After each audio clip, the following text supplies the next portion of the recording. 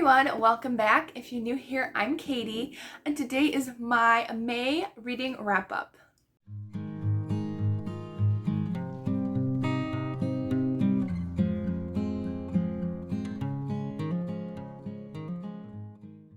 I have my reading journal handy here so I can keep track of everything because, as you know, I don't have all the books physically, and that's okay.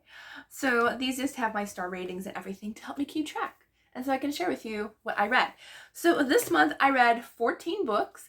Not bad considering I had a weekend getaway and I was pretty busy with other stuff too. So yay for that. 16 books. I counted wrong. Okay, so I actually have 16 books. So I got one middle grade done. I have, no, two middle grades. I have one mainstream clean romance. I have one Christian fiction or Christian nonfiction. I have 3 Christian YAs, and then I have 9 adult Christian fiction. So as far as star ratings go, I gave 2 3 stars, 2 3.5 stars, 5 4 stars, 6 5 stars, and 1 6 star, which technically deserved 10 stars. It deserved all the stars. It was that good. So let's go ahead. I usually start with middle grade, then we work our way through clean mainstream fiction, and then Christian nonfiction, and then we'll go into the Christian fiction. So I finished 2 middle grades. The first one was 3 stars. I finished Bill Wallace's Snot Stew, which is actually technically a chapter book. It's quite short and small, but this is one that I had for my reading game this month, my TBR game. So I did get a chance to read this. This was a pick for a book to reread for my childhood, so I reread this one. It was okay. I enjoyed the story, but I just don't know if chapter books are really for me anymore. I still love middle grade books, but as far as like the chapter books go, there just doesn't seem to be enough substance for me, but I still really liked it. I thought it was very cute. So in this book, we're following 2 kitties who have been abandoned from their mom. Their mom says, "Hello, I'm leaving. You kittens need to go off on your own." She was a barn cat. And so they're like, we have no idea what to do. So they're screaming and crying, and all the other kittens leave except for a brother and sister. And so they're crying, and the people who own the farm or the place where they live end up finding these 2 kitties. And so they're taken into their home, and each kit has their own personalities. Like the one integrates itself into the family really quickly and really fast, knowing, hey, these people are here to help us, they're here to take care of us. And then we have the sister who is pretty much just, she's like, she wants nothing to do with the family. She's like out there on her own, and she's like, nope, I want nothing to do with this family. So she takes a little bit longer to get used to them. And then we have an angry dog in the picture, and it's a cute story about family in the cat version as well as the human version. So I thought it was really cute, and I'm not going to tell you what Snot Stew is because you're going to have to read it to find out, but it is cute. And I always remember when my mom grossing out with that title and reading about it. So it's funny. It's not gross or anything. It's just the way it's interpreted. So it's really cute. The next middle grade that I read was The City of Spies by, is it James Ponti? Yes, James Ponti. Can't read my own printing here. But I gave that one 3.5 stars. That was one of my picks from my friends' pick the books I read. And so I did enjoy it. I just thought there was so many characters to follow in the first book that I didn't feel like I really got to know like one particular character in her or his entirety. So I am going to continue the series. I feel like I will like the series more as the characters are more fleshed out and we get to know them more as the story progresses. But in this one, we're following a girl who she was breaking into and hacking into her school computer. And so she's pretty much going to be sent to juvie until a random stranger comes up and says, hey, I'll help you if you come and join my spy school. So it's all about spy school for young kids and young teens, and it was fun. It was entertaining. As I said, it's just a lot of characters and a lot of different components into one book. So I think as the story progresses, I will enjoy it more. Okay, now we're getting into, it was a clean romance, but I also know the author has written Christian romance too, but I felt like this one was more just a clean romance. Now, there is mentions of God in there. It just happens every once in a while. So it's just a clean romance. It is a Scottish romance called The Highlander's Secret Princess by Deborah Chipotin. I think that's how I pronounce it. And I picked it up. I can't remember where I found out about this book. It must have been on, I don't know, maybe it was through just looking up clean reads or clean romances and stuff, but I found this one. Now, I'm showing you the cover that's on Goodreads. But if you look it up on Kindle Unlimited, there is a guy without his shirt on. Just to give you a warning. And now, there is no spicy love scenes at all. There is just kissing. So, be aware that the cover is misleading as far as the covers go nowadays. But as far as the story goes, I absolutely enjoyed it. It was 5 stars for me. I loved the political intrigue during this time. I loved of course, the Scotsmen of that era were great. And I loved the idea of a secret princess. That's like one of my favorite tropes in books, is the secret princess or prince trope. And so I loved seeing that again. And I actually will be continuing this series because I liked it that much. So it is, for the most part, clean. There, as I said, there's only kissing scenes in it. And there's also, there's some body humor in between the men of the Highlands, but it's not extremely explicit. They just kind of allude to the body humor. But I'm sure back then, especially the guys being guys. But yeah, so I really enjoyed it. As far as I know, I don't think there was any swearing in it at all either. So really liked it. So in this book, we're following 2 women who they were dressed up as boys growing up because I guess they were kind of hidden. And so one of them finds out that she's actually a princess. And so she's integrated into a plot to overthrow the king. And so she's on her way to Scotland to meet another family who was supposed to help her become a princess. Well, on that trip, they end up being mistaken for boys because I guess somebody finds their old men's clothes in the other room, and they're like, we know you're boys, you must be the 2 that we're looking for. And so they're integrated into another plot to overthrow the king. So there's 2 plots going on. So we're following them as they're integrated into the Scotsman family, and the Scotsmen are all involved. The Highlanders are involved in this plot and stuff. And so nobody knows that they're women for a while. There's a few here and there that figure it out pretty quickly, but it was entertaining. It was fun. There really wasn't too many slow parts. It was very, I'm trying to explain how I felt about it. It was just a nice romance read that was set in Scotland. And if you don't know, Scotland is one of my absolute favorite settings for books. So I loved it so much. And yeah, so if you just want a very sweet, not super spicy romance, go for that one.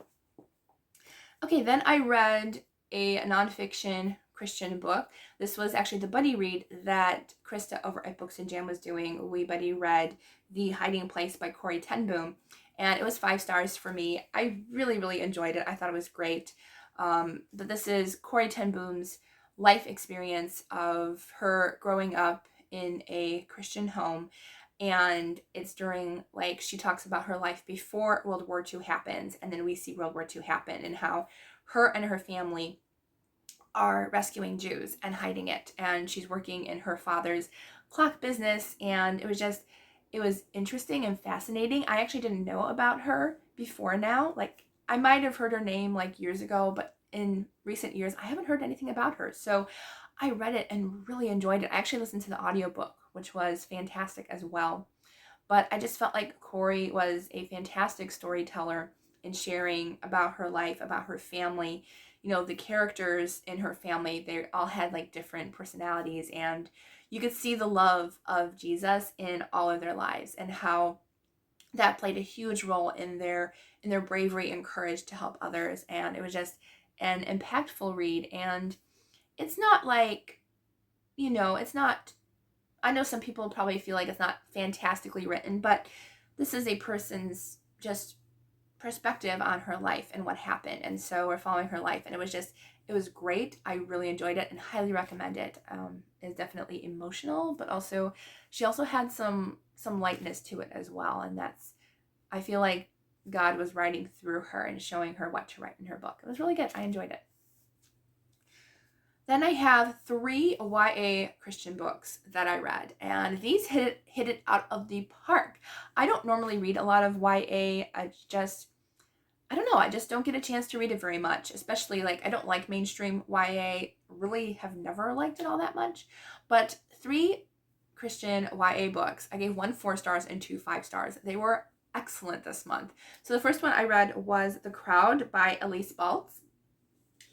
I have to get my phone for Goodreads because sometimes, just in case I forget something, right?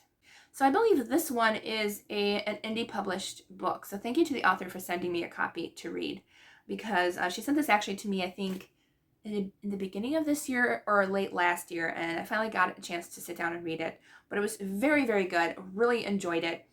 And it's about a girl who is transferring to a private academy.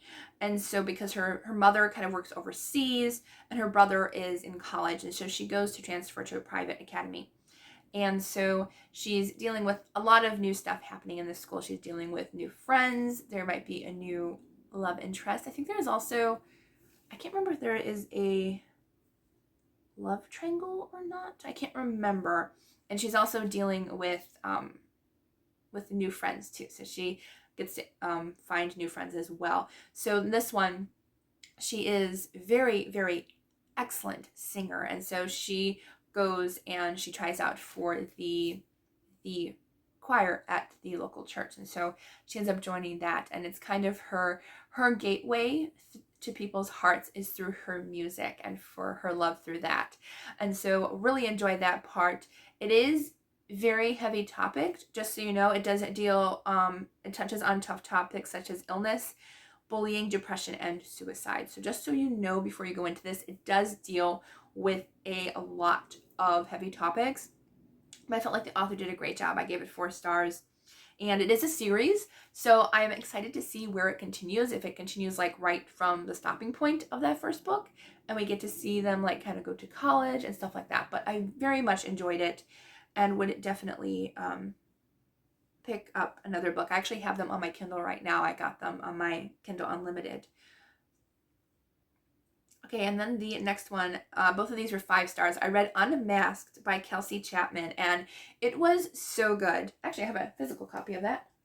I forgot I had a copy of it. So Unmasked by Kelsey Chapman. This was actually in the book box for Beyond the Book Box, which is a Christian fiction book box. This was the YA pick a few months ago, and I love this one. I think this was the pick for February, but don't quote me.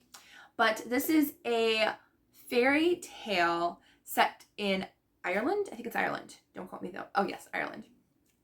I read Scotland and Ireland this month, so I got a little bit confused. But in this one, it was so good. If you love Ireland and Irish folklore and folk tales, you will love this one. This is about a girl who, she's tired of her life back home. She kind of lives in this like niche community where like they're all kind of, stuck up on each other. And if you're not part of the in crowd, you're pretty much out. So she decides to go to Ireland on a transfer student thing, and so she ends up going there, and she meets another girl who's there as well to be a transfer student. Well, they end up being in this sweet, lovely lady's home, and on her way to town, the older lady tells her, go to town, and I need you to find a man named Maddox. So she goes and meets Maddox, and sparks fly, and mysterious creatures chase them in the middle of the night. There are monstrous beasts and friendly and more friendly type of creatures, but it's very fantasy-esque. Honestly, there really wasn't any extreme magic in here. I will say they did have weapons. Like they had like weapons that shrunk and stuff, and they were able to grow them. But other than that, plus like portals to magical realms, I would say there's not a whole lot of magic in it. There is some magic, but like it was definitely nothing that I would be uncomfortable reading. It was very fun. Loved the Irish folklore feel of it. And it was a really great time. And I did guess what was going on and who the character was, but it was very good. And I wish this was honestly part of a series or something, because it was really good, and definitely recommend it if you really like fairy tale retellings, folklore, any of that. It was so good. So I got a chance to get an art copy of The Nightmare Virus by Nadine Brendes. I was actually on her launch team for this, and it was so good. I don't think it comes out until, I think, August, I think. Oh, of course, Goodreads doesn't have the actual date on it. But it was fantastic. I gave it 5 stars.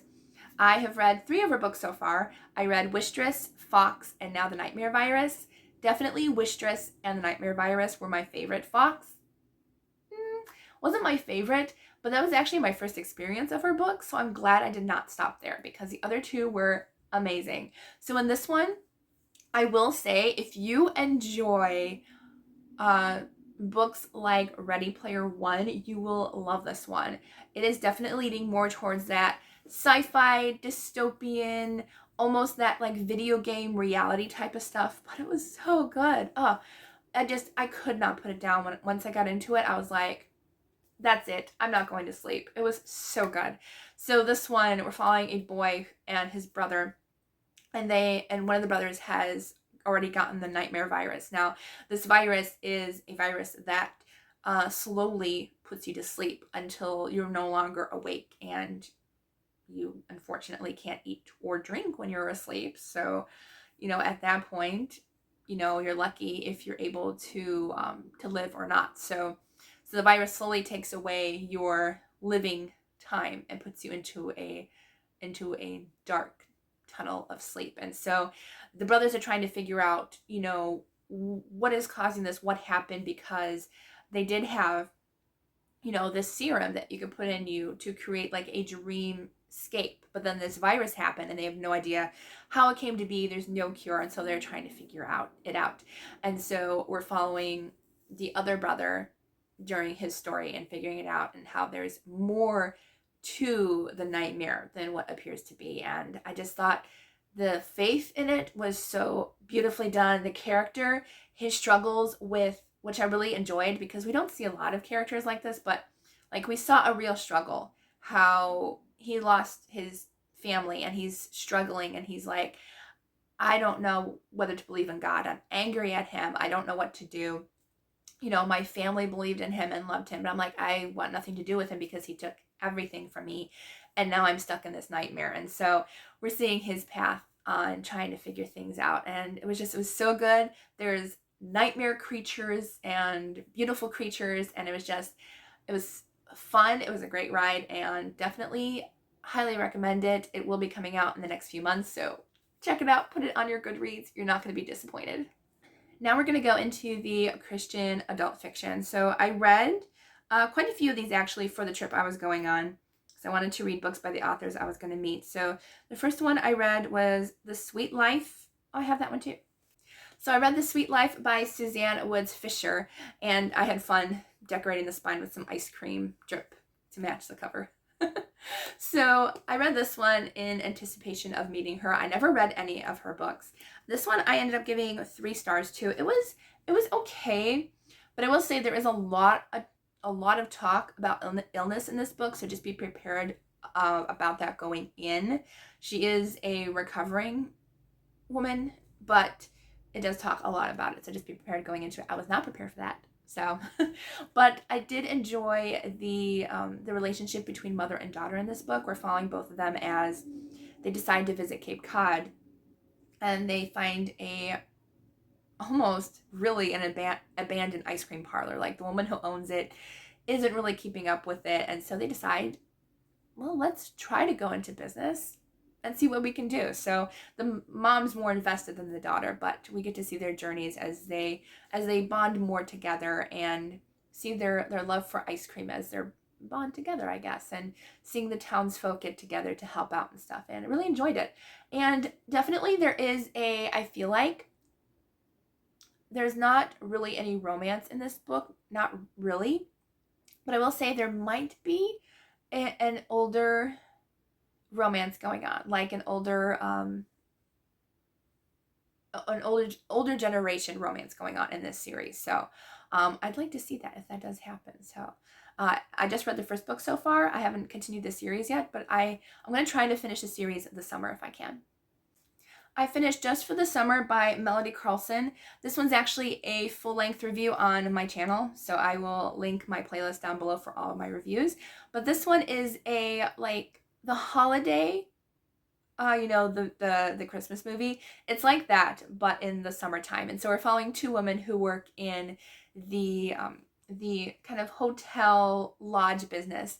And so we're seeing both of them how they're struggling with one who has like a pretty rough and terrible boss, and she's like, maybe I shouldn't be working here anymore. She's not really involved with the guy over there, and the guy's been asking her out for dates, and she's like, I don't know if I really want to. And then we're following another girl who's working at a fishing lodge, which is her grandfather's, I think. Yeah, her grandfather's fishing lodge.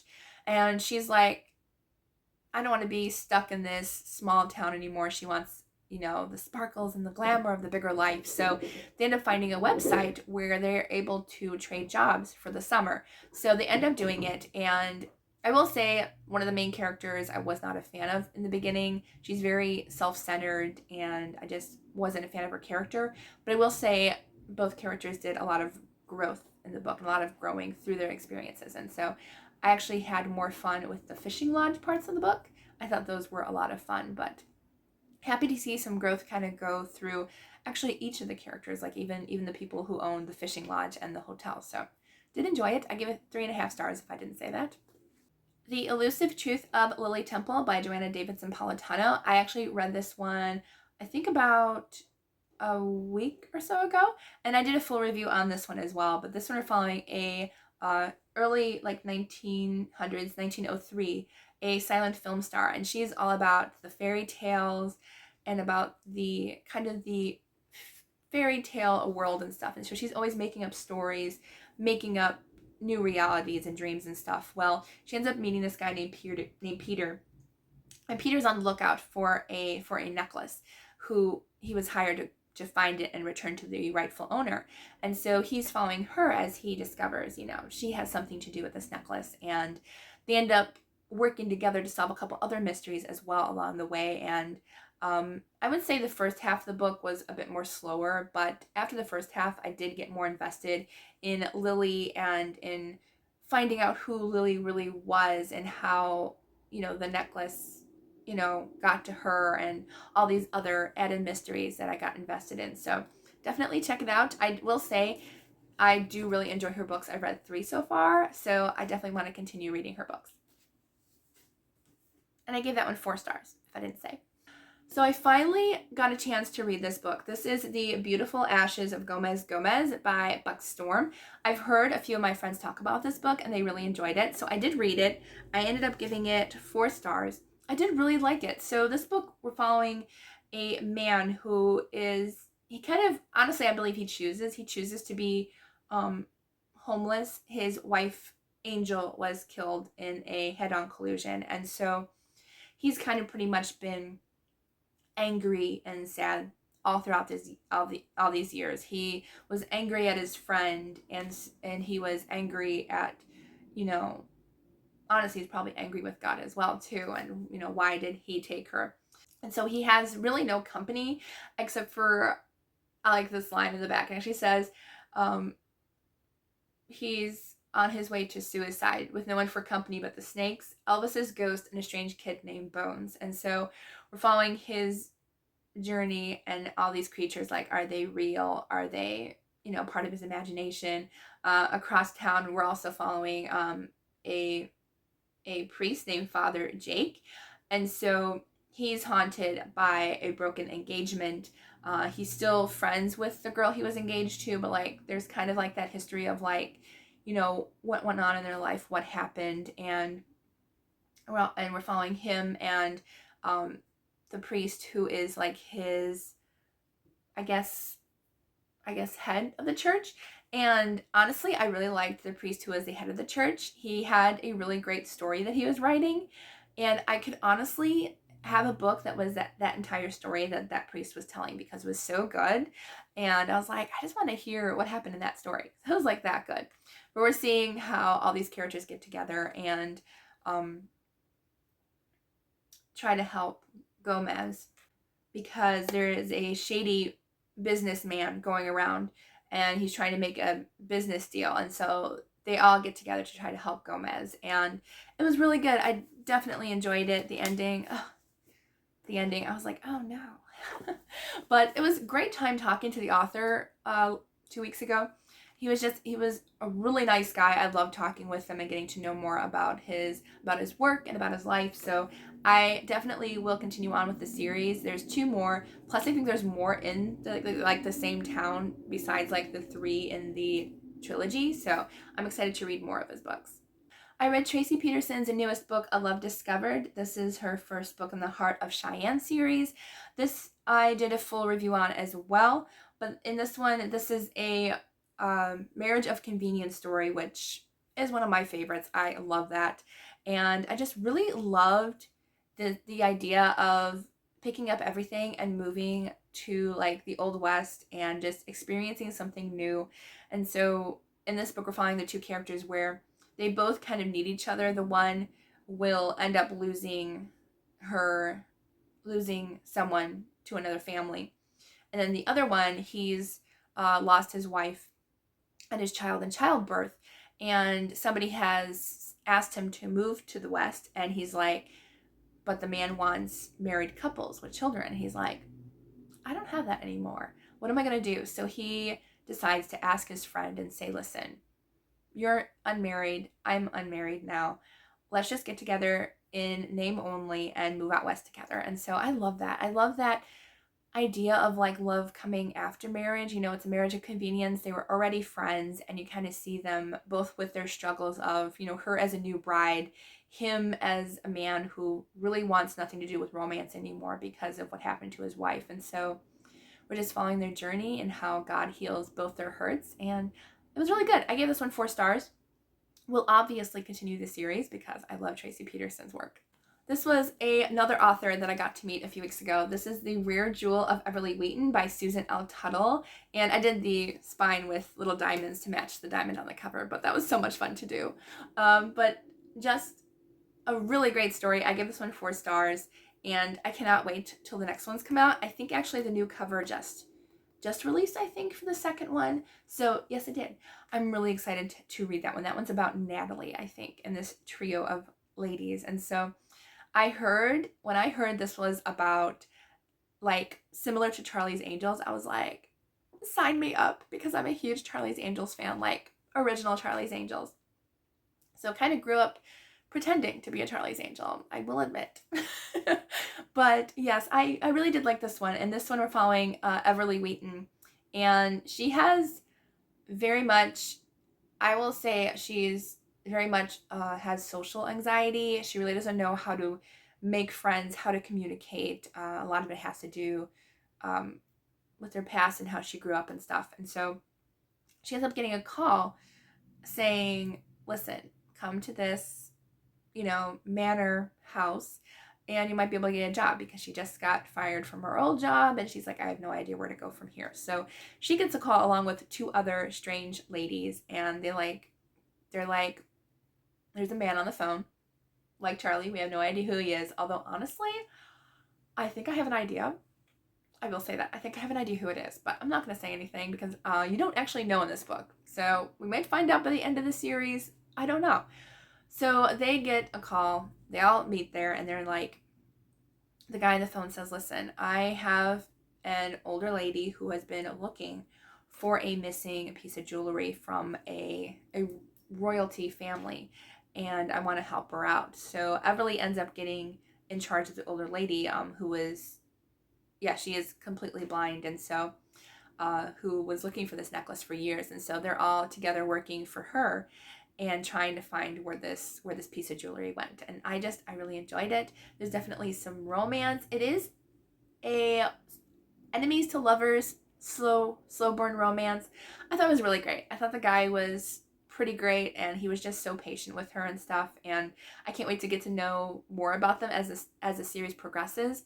But as I said, the second book is about Natalie, so we're going to see a new perspective. But I'm so excited to continue this, and Susan is such a lovely lady. We're actually going to meet for coffee and book shopping next month. Wow.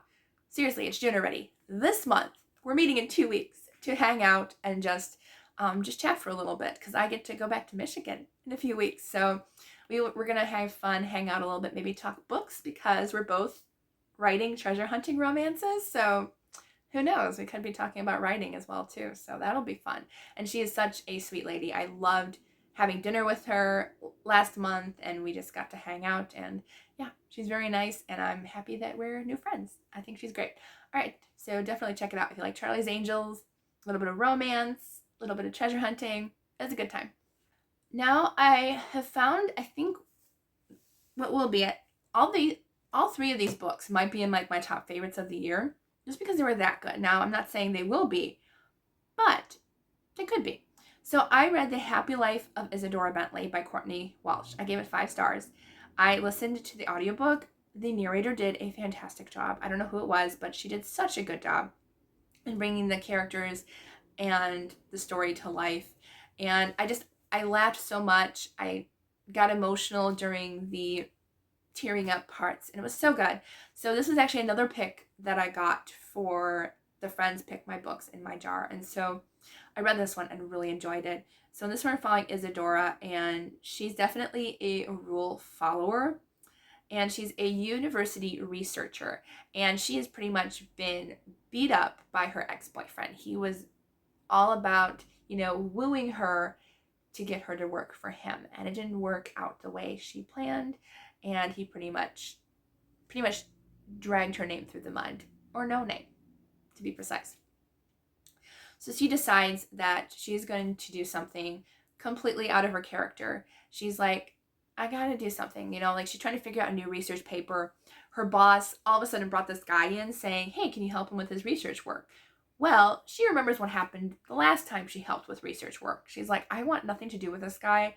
Like, please, don't, like, I work better alone. Like, this. And so she ends up getting thrust with this guy into his work, and she has her own work on the side. She decides to do her own research, and the research to do was she found a silly article detailing 31 ways to be happy. And so she's like, well, I'm not happy. But she also wants to debunk this author's work and saying, these are not going to help in making anybody happy. So she decides to take each step and try to happen and see if it will make her happy. And I really liked how it went. I love the character. Izzy just, I don't know, I just felt like a connection with the character. Like, I don't make friends super easily. Like, I'm not a friend collector. Online I am. Like, I have a bunch of online friends, but in real life, I am really not a friend collector. Like, I have like 1 or 2 semi-close friends, and that's pretty much it. Like, I think it is more of an introverted thing. Like, we don't collect friends. If you are a friend, you are pretty much a friend for as long as you want to be with us, because we will stick with you forever.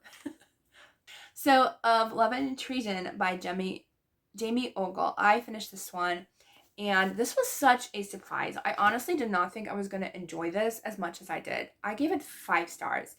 I was a little leery going into it because I was like, it was a new author. I was like, she was a debut author. Nothing against debut authors. Some of my absolute favorite books are from debut authors, and this was no exception. So, but I was just kind of hesitant going, and I was like, well, I'll go into it. And, a lot of people said it was like one of their favorites. I'm like, okay, like I got even more excited. Like, this is going to be great. And it was.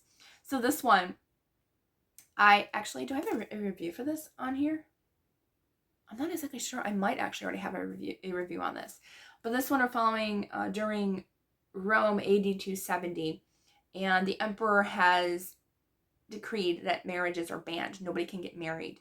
And so we're following Valentine, who is named after, of course, Valentine's Day and Saint Valentine. And he is what is he exactly?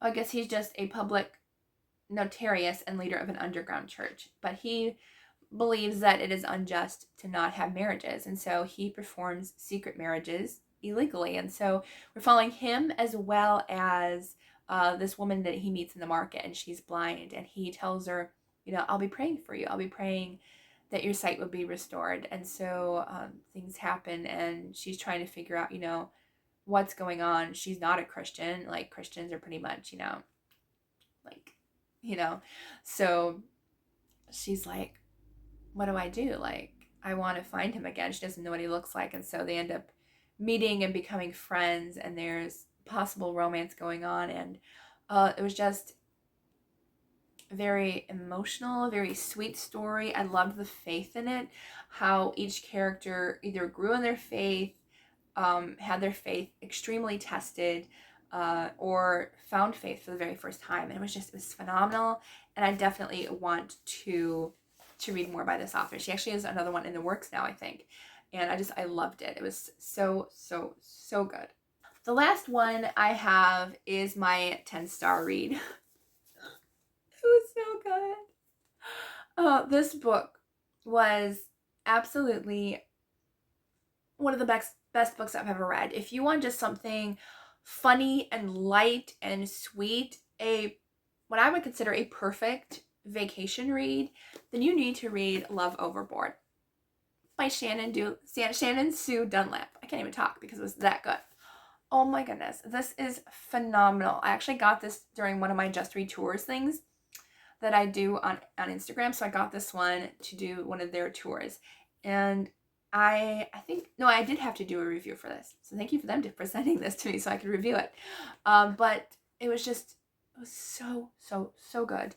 It was absolutely amazing. So free copy for review. I was like, okay, number one, the cover drew me in. I don't even think I read like the description or anything. I was just like, it looks like a really great time.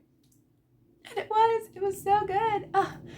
I'm gushing about these characters and just the romance and everything. This is a second chance romance, and I don't read a lot of those actually, and I felt like this was done so well. So we're following these three lovely older ladies, which I loved them. They were definitely like, I could picture the Golden Girls, totally, but like Christian Golden Girls. So we're following these, I think there's three. I could be mistaken. There could be four ladies. I can't remember. But they are calling themselves the Shippers. So they go on these cruises. They pretty much live on these cruises now. They're retired, and they're like, well, paying for a cruise is pretty much the same price as a retirement home, which is honestly sad to say, but true. My dad actually knows about a lady who actually lives full time on a cruise because it was either cheaper or the same price as living in a retirement home. And it's like, why not? Like, you have everything there for you on a cruise ship. Everything's taken care of, like, while you're on there. Like, why not live on a cruise ship instead of a retirement home? I would, for sure. So all these lovely older ladies, which are so adorable. I love them. Like, immediately I fell in love with them from page one. But they are these shippers, and they go about creating relationships on board the cruise. And this is actually going to be a series. I am so excited. I can't even breathe. But yes, just the romance and the fun and the humor was just a fantastic time with this book.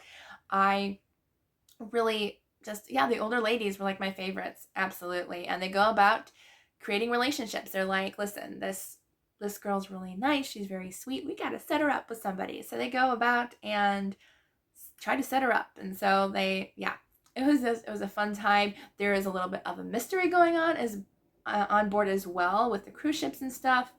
And it was just, as I said, great time. You really, really need to read Love Overboard by Shannon Sue Dunlap. It is so, so, so, so good. And what a way to end on a high note for this month, because this was obviously, like, I put 6 stars on my paper, but this is in my top 3 books of all time, I feel like. Yeah, it was that phenomenal. And I'm just going to write to the author, and I need a book plate for this one. This one's not signed now. Sometimes they are signed when they come through Just Read Tours, if they're like sent from the author. This was sent from the publisher, but I really need a book plate because I need to put this like on my favorite shelf. I don't even have a favorite shelf. I need a favorite shelf. I just realized we should make a favorite shelf. How great would that be on a video? That would be fun. Anyways, so what a great way to end on a high note, because this was so good. So these were some of the books that I read, plus the ones I didn't own or anything. But honestly, this was a fantastic reading month. I found some new favorites. I got some, there were just some okay, but honestly nothing under 3 stars. So it was a great month. The past couple months have been fantastic reading, and I don't know if I've just been nice with my ratings or whatever, but I haven't found any 1 or 2 stars lately. So honestly, that's been really, really motivating to keep reading. And I do need to keep reading because I got a lot of reading to do. So I hope you enjoyed this video. Let me know what your favorite read of May was, because we're now in June. But let me know what your favorite book that you read in May was. And I hope that you have an amazing reading month in June. I plan on writing a lot and reading a lot. So it'll be an interesting month. Interesting month for sure. All right, so I hope you all have a wonderful day, and I will see you all in the next video.